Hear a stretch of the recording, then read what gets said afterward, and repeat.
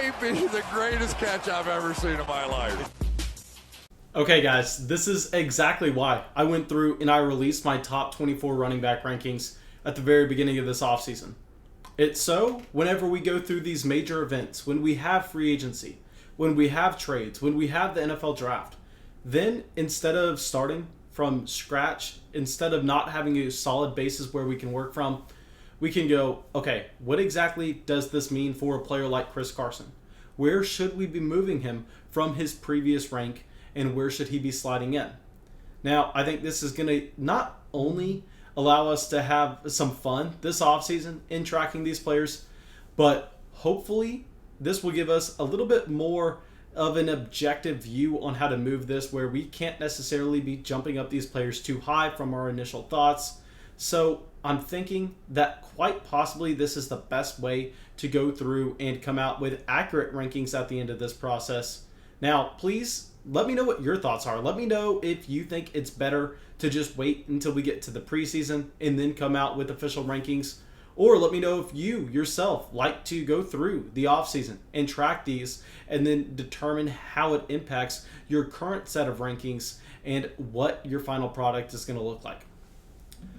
But before we get into the video, as always, if you have not already, go down there, drop a like, leave a comment, and I'm assuming that everybody watching this video is already subscribed, so don't even need to say that. Let's just jump into some running backs that are rising up our rankings after NFL free agency and after rookie pro days. And the first player we're going to start with is actually a rookie himself. This is going to be my official running back one that is a rookie, Travis Etienne.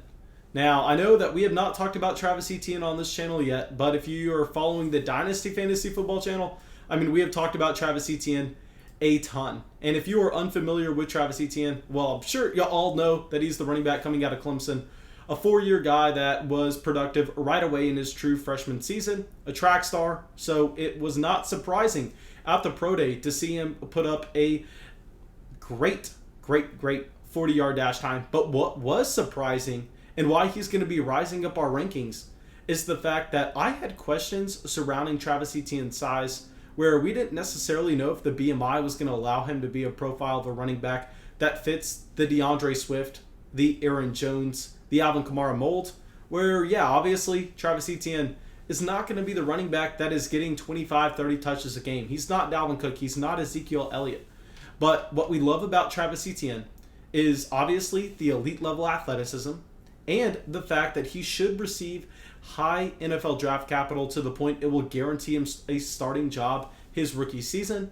And the most important thing, in my opinion, for this Travis Etienne profile is the fact that he had continuously worked on his receiving game to the point where now it's actually one of his strengths. And I know a lot of people want to look at Travis Etienne and go, well, the majority of those receptions came in the screen game, not necessarily as natural as you would have seen from a different scheme. And I'm sitting here saying, hey, it was 4 receptions a game his senior year. At the running back position in college, that is a ton. Those aren't all coming from screens. We can safely say that Travis Etienne is not only an above average receiving running back, but a great receiving running back.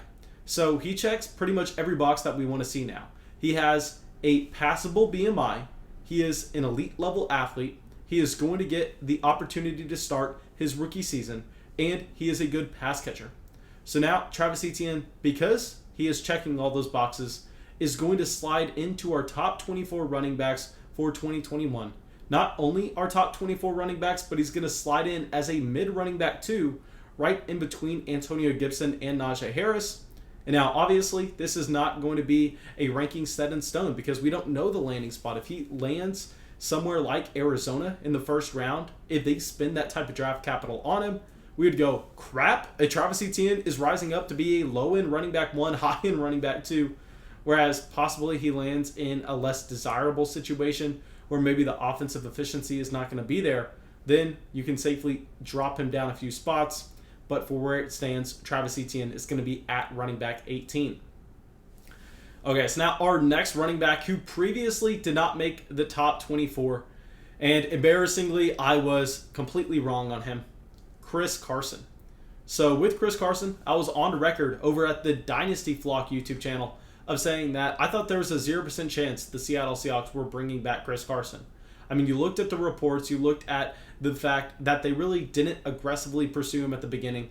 And I was going, okay, Chris Carson, most likely out of Seattle. I was expecting Carson to sign I don't want to say a backup role, but a role to have him be a committee running back. I thought it would have been a natural fit for Chris Carson to find himself in Arizona and kind of take over first and second down responsibilities in Arizona and have Chase Edmonds as the receiving running back there. Whereas, no, that's not what happens at all. Not only does Chris Carson go back to Seattle, but he gets paid a decent amount to do so, signifying that this team believes that he is their starter yet again in 2021. So because of this, obviously, Chris Carson is going to have to crack the top 24 running backs. Not only is he cracking the top 24 running backs, but he is going to be jumping a decent amount of players. He's jumping Kareem Hunt, Josh Jacobs, now that he's falling due to Drake. We'll get to him in the next video. David Montgomery as well.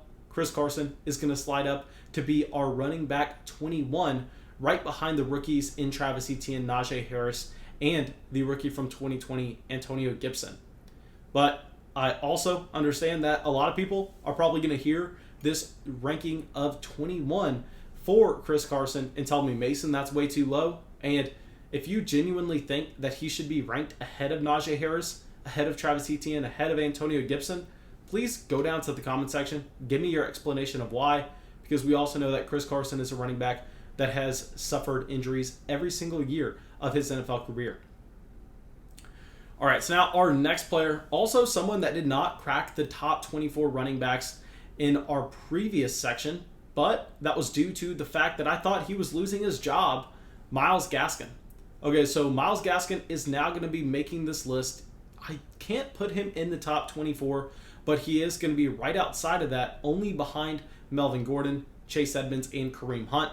And here with Myles Gaskin, another running back that has the potential to continue to rise up the rankings. And the reason that I wasn't even considering him really was I thought that this was a team that was kind of a lock to bring in a free agent running back. I thought they were going to be looking at Kenyon Drake. I thought they were going to be looking at Aaron Jones. But instead, they really aren't reported to be going after anybody in free agency. And this tells us a few things. A, maybe they're a little bit more excited about Myles Gaskin than we initially thought. And B, maybe they're just looking in the NFL draft. So obviously that's going to be something we're going to have to monitor. There are 3 big running backs that Myles Gaskin has to dodge. He has to dodge Najee Harris, Travis Etienne, and Javonte Williams. If we end up seeing the Miami Dolphins pass on all 3 of those running backs, then I think Myles Gaskin has a real good shot at being a top 24 running back this season. But like I said previously, he still has a few landmines to avoid. All right, so now our next running back that we are going to be talking about is someone that I know a lot of people are going to want higher than this. It's going to be Chase Edmonds at 25.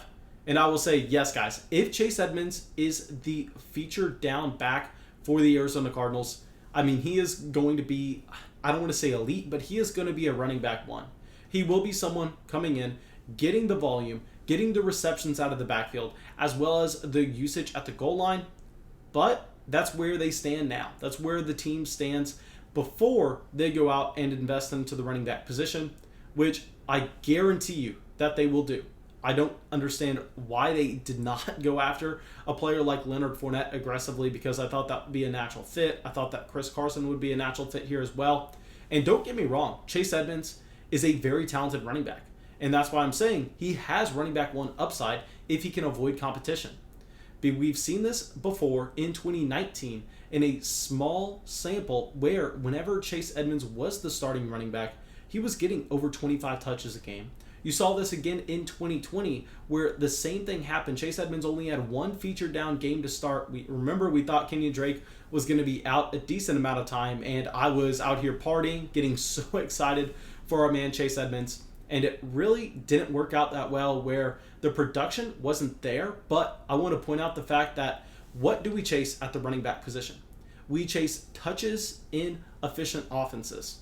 And Chase Edmonds in that game where he started, yes, he did not score a touchdown. Yes, the efficiency wasn't necessarily there in that one particular game. But it was a very small sample, and what was most important is the fact that the Arizona Cardinals showed that they were willing to give him almost every single touch in that backfield. So with Chase Edmonds, what I'm going to be looking at is I'm going to be looking at what are the Arizona Cardinals going to do. Are they going to end up drafting a Travis Etienne, a Javonte Williams, a Najee Harris? Now, if they don't, Chase Edmonds is going to be someone we can get very excited about. But until we see this team decide to pass on those other running backs, I think Chase Edmonds is going to have to be down here at 25. All right, so now our next running back that we are going to be bringing up, I know it doesn't necessarily seem like he should be a fast riser, but we're going to make him one. It's going to be James Robinson rising up to 15. And the reason for this sharp jump up in the rankings is twofold. One, we understand that this is a team with a ton of resources to throw around. They have the cap space. They also have the draft picks. So we are going, you know what? It's most likely that this team is going to bring in another running back. Actually, that's a poor choice of words because they're guaranteed to bring in another running back. They aren't going to go into the season as Divine Exigbo or Raquel Armstead as the running back 2. The question is, who was that running back 2 going to be? Were they going to go and just because they had the money and just say degaff it, let's get Kenyon Drake to be in a committee with James Robinson like we saw with Los Angeles, even though James Robinson is a superb running back with all the talent to be a workhorse. We understand that we see this time and time again with these NFL teams. If they have the money, if they have the assets, kind of the running back position is a luxury spot where they will go out there and they will invest into a guy. I mean, we just saw this with Kansas City in 2020, where a lot of people want to argue that Super Bowl in 2020, the MVP should have been Damian Williams as he looked fantastic. But because Damian Williams was a player that was an undrafted free agent, instead of going out there and rolling with him into the following year, they decided to draft Clyde Edwards-Helaire in the first round. And I'm not saying that this team in the Jacksonville Jaguars were going to draft anybody in the first round, but if a Javonte Williams fell to them in the third, maybe they would have considered that. But what I actually love for a player like James Robinson is they already brought in another running back. They brought in Carlos Hyde, a running back that we are clearly not worried about taking touches away from James Robinson. So that's going to kind of shield him away from other competition. And the other reason that we decided to move James Robinson up the rankings is just because every single day, whenever I logged on to look at them, I went, you know what? James Robinson's too low. We need to get this man higher. He was elite in the workload that he had for a rookie, not only an undrafted rookie, but a rookie overall. So James Robinson's going to be sliding up to 15, right behind J.K. Dobbins and right ahead of Clyde Edwards-Helaire. So here, quarterback upgrade. Less likely that he's going to see significant competition in the backfield. Time to get excited about James Robinson. Okay, so now the last running back that we are going to be bringing up here is going to be, I don't want to say polarizing, but it's kind of hard to evaluate him. Mike Davis. And here with Mike Davis, I mean, he pretty much looked like 90% of Christian McCaffrey last year. Whenever he had the opportunity, he was fantastic. Now he gets signed to supposedly be the starting running back for the Atlanta Falcons. But the profile of a running back that Mike Davis is, I just have such a hard time seeing this team roll into 2021 just as having him as their full-time starter. I think that we are going to see this team make another move. Obviously, if this team kind of stays put, if they don't decide to go out there and invest into a player like Javonte Williams, Kenneth Gainwell, see, that's another problem with this player. I mean, with Mike Davis, I think because of the small investment, because he really has not had success with the Atlanta Falcons, it's kind of different than a Myles Gaskin, where just say we see the Miami Dolphins bring in a rookie like a Kenneth Gainwell, like a Chuba Hubbard. I think in that case, you can still kind of project Myles Gaskin to be the starter. But what happens if the Atlanta Falcons bring in one of those tier 3, tier 4 running backs in a Kenneth Gainwell or a Chuba Hubbard? Then you go, okay, this is a competition for this backfield. So Mike Davis, as it stands, is definitely having to rise up the rankings, but we understand that a lot can change through the course of the offseason. Now, thank you guys. I really hope you all enjoyed this video. I really hope you all got something from it. As always, go down there, drop a like, leave a comment, subscribe to the channel. It helps us out a ton, and I'll see y'all with the video tomorrow.